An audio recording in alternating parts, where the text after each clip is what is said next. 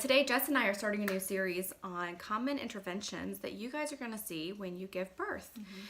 So today's topic is a polarizing one, but it's a super important one. We want to make sure that you guys have some information so that you feel better prepared when you give birth to make the decision. So our job here is to never ever judge you or push you into a decision, but we always want to make sure you have all the information so that you can make the best decision for you and your family. So circumcision, what is it? Well, circumcision is a common procedure or surgery that we see here in America. It's the removal of the foreskin from the penis. So what is it? Why do we do it here in America, or why do some people choose to do it? Three main reasons that we see. One is that we're told that it's cleaner, it's easier to keep clean. Two, it reduces the risk of STI, STD transmission, and the risk of UTIs. And three, we're just told it looks better. Yeah. So, Jess, let's talk about the foreskin. What is it? Why do we do this? Let's unpack some of these things. Yeah, so I like to mention that this is a very short vlog, and we can't cover everything that there is to talk about in this short vlog, but I do give a much longer, more in-depth class about this, usually about once a month, once every other month, and that's always on our webpage when we have that event, so you can come out and hear more about it. But when we're talking about this subject, I think that it's important to break it down into a couple areas. Number one, we are taught a lot here in America that the foreskin is just like this extra piece of skin that doesn't really do anything, and is also kind of icky and can cause diseases, so it's not going to really change anything if we cut it off, and it's only going to help the person that we're doing that to. So when we talk about this, I really like to talk about what is the actual function of the foreskin, because in the 5 years or so that I've been researching this, I've come to realize that the foreskin is actually a really cool thing, and it has a lot of function that is really good for us as men and women, because women have foreskins as well, and men have foreskins, and they do a lot of things that we don't realize they do because we're not really taught about it. And then to really go into, like, what are some of the complications, and does circumcision really do all of these things that we are kind of routinely taught that it does? Does the benefit outweigh the risk? Yeah. Is it really helping the boy that we're making this decision for? And is it really a decision that we have to make for him? Is it something we have to do? So first of all, talking about the functions of the foreskin, so you have to break that up into two categories too, because you have to talk about the function of the foreskin in infancy and childhood, and then the function of the foreskin in adults and the care for it as well. Very different. Because it's two different things. Right. So first we'll talk about in infancy. So the function of the foreskin in infancy, its only function is protection. So it is there to cover that sensitive tissue that is the glands of the penis and the urethral tissue. It keeps debris, poop, and everything out from the urethra. That is its only function in infancy. Right. Because of this, it's actually fused to the head of the penis. Similar to like your fingernail, how your fingernails fuse to your fingernail bed. So just like dirt and other debris or germs can't get underneath our fingernails where they have that connection, bacteria and dirt and poop or anything else cannot get under the foreskin of the penis while that connection is still there. So the important thing about this is that there's a really big misunderstanding that I feel like a lot of people have in the United States, and that also a lot of doctors have, that you need to pull back the foreskin of the penis. Or it's called retracting. Or called retracting it, and you need to clean underneath of it or it's going to get infected. Don't do that. Yeah, this is absolutely not true when it comes to infants and children. That's actually where you see a lot of problems in boys who aren't circumcised. It's like, oh, it's going to get infected. That's actually why. It's because most people aren't skilled in how to properly care for an uncircumcised penis, which, by the way, it's super easy compared to a circumcised penis.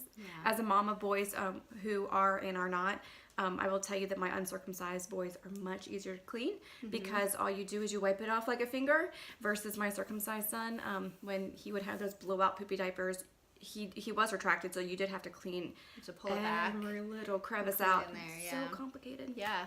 So the end of the foreskin in an infant and child actually acts like a sphincter, and it opens up for urine to pass, and then it closes back up when the urine is done coming out. And urine can also flush out any debris that might get into the very tip of that foreskin Right. as well. So it's really that pulling back and trying to clean underneath it. Just like if we were to pull back our fingernail beds, that's going to actually put bacteria Right. in a place where it's not to be, and And it's also going to hurt. It's going to hurt, Yeah. and it makes if you keep doing that, it makes scar tissue, Right. which can then cause the penis to not function correctly in adulthood, which we can talk about a little bit later. So when you remove this piece of skin from the top of the head of the penis, because its function is protection and it's protecting those urethral tissues that are very sensitive, the body has to adjust to protect itself. And so sometimes what's happening, and we're seeing this happening a lot, I think they're saying like 25% of circumcised boys, I know several off the top of my head, that somewhere between the age of 5 and 10, they're getting this condition called metal stenosis. And this is because the body actually builds up scar tissue around the urethra from it being irritated, and it can eventually start to block the flow of urine. Some parents don't even really notice this is happening until it gets really far advanced. It can actually get to the point where it can cause urine to back up into the kidneys and cause problems with kidney functions and stuff like that. So this is and the only way to fix that is to actually do a surgery where they take a scalpel and they cut open the urethral opening to make room for that in childhood, and that is also a painful surgery to have done to child. So that is the functions of the foreskin in infancy. Retraction of the foreskin or pulling back the foreskin, I want to say it's a sexual function, and it's also a very private thing. So this isn't something that parents have to really worry about. Like, is my child retracting it? Is my child retracting it? When they are ready to do it, they will do it themselves. And if they're young enough to be at the age before they get embarrassed about stuff or private, you will find out about it, believe me. But if it takes a little longer, which is normal, it can take anywhere between the ages of like 3 all the way up until late in puberty, 18. And that is all completely normal. And sometimes I know it happens during the boy's first sexual experience. I've heard that several times. It'll pull back finally all the way during when that boy loses his virginity. So it's not something parents have to worry about. No. It does not need to be cleaned under until after the onset of puberty, and then after that it's super easy. You just, the boy, and it feels good, so it's not a problem. It's not something he's not going to be doing. It just gets pulled back in the shower and only washed with soap. So let's talk about the functions in adults or post-pubescent boys. So it still is providing that protection. It's keeping the head of the penis sensitive. It's keeping it soft. So like any other entrance to the body, it also has immunological properties. So when you think about any entrance to the body, our eyes, our nose, our genitals on females, our mouth, all of those are mucous membranes. It's our immune system's first line of defense for pathogens that could get into our body. The foreskin is the same way, so it's meant to be a mucous membrane. When you remove it, you're taking away that mucous membrane. So when you say immunological properties, it releases white blood cells. It releases, there's specialized cells on it called Langerhans cells that they found actually seek out and destroy HIV. And it also has sexual function. It holds, the way it works is that it actually holds moisture into the vagina during sexual intercourse. It reduces friction, can make sexual intercourse less painful, and reduce the need for extra lubrication. So it does some really awesome stuff. We can't talk about all the stuff it does, but it's really good stuff. So then talking about, so foreskins are awesome. Yeah. But then it's like, okay, so they're awesome, but if we cut them off, is it really doing all these great things? So I know we know we're gonna lose some function, but if it's really gonna protect our son, maybe we want to do it anyway. So let's talk super quickly about some of these studies. First of all, UTIs. When you talk about UTIs, even in the studies they show that there's a decrease in UTIs. It's only in the first year of life, and it's only about, so if you had 100 boys that were circumcised in the studies that are used to support circumcision, one of those boys would get a UTI that can be easily treated with antibiotics or natural measures.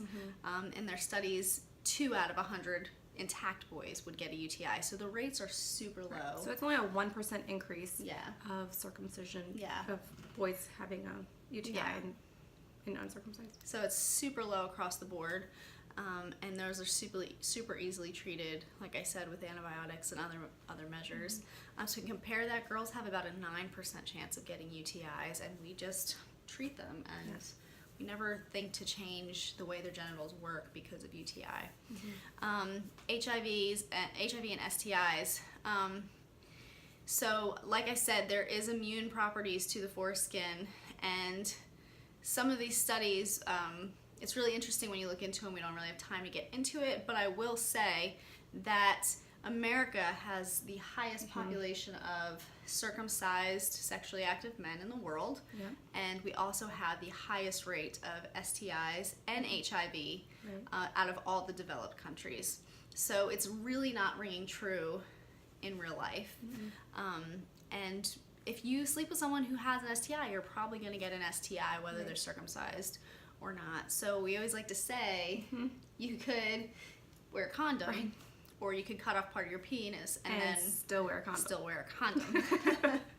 And so it really doesn't make sense to cut off part of your penis and then still wear a condom to protect yourself from STIs. And there is also some evidence that circumcised men are less likely to want to use condoms because there's so many fine touch nerve endings. Part of the sexual function of the foreskin is it's the same part as the urethral hood in women, which has all those really great fine touch nerve endings. Those are in the foreskin.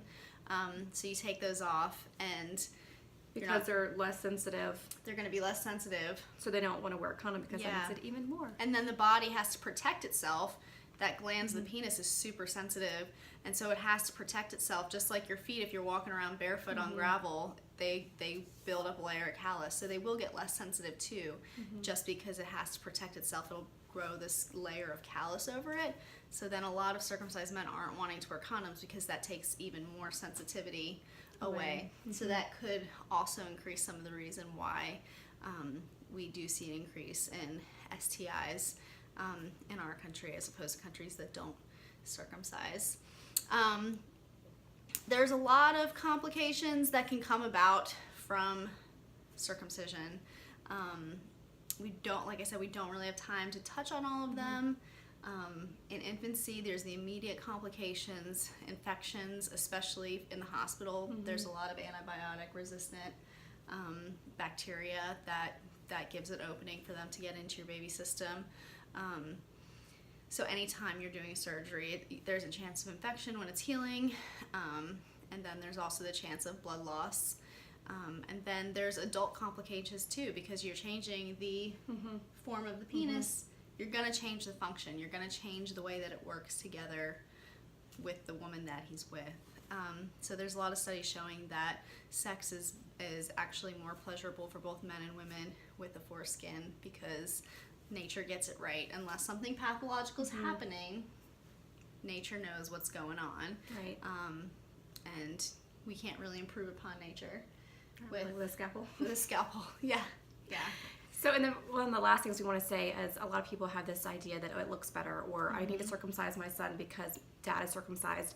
I think it's really important to know that circumcision rates are on a drastic decline here in the United States. We're one of the only developed countries in the world who still circumcises. So we're kind of this weird pocket of people who just routinely decide to change our son's genitals. And there's a lot of people who can't tell the difference either way when a penis is erect. So when you're actually using it, so when you're not using it, the foreskin does hang over the head of the penis to protect it, which is a good thing. But when a man is actually sexually aroused, it pulls back and it does look like a circumcised penis just without a scar, and the tissue is much more sensitive, very similar to, like, it's supposed to be a mucosal tissue like the inside of your mouth or the inside of a female's genitals. So there's a lot of women I know that cannot tell the difference. So it's really not more attractive, and it's something that the next generation will be more used to because it's on the decline. So it's at least like 50-50, I think, in most sections or areas. In some states it's down to more like 20. Yeah. So that's all we have time to cover. If you have any questions, just shoot us a message or on Facebook or on the comments, and we'll try and get back to you and answer any questions you have. But thanks for joining us, and we will see you next time. Bye.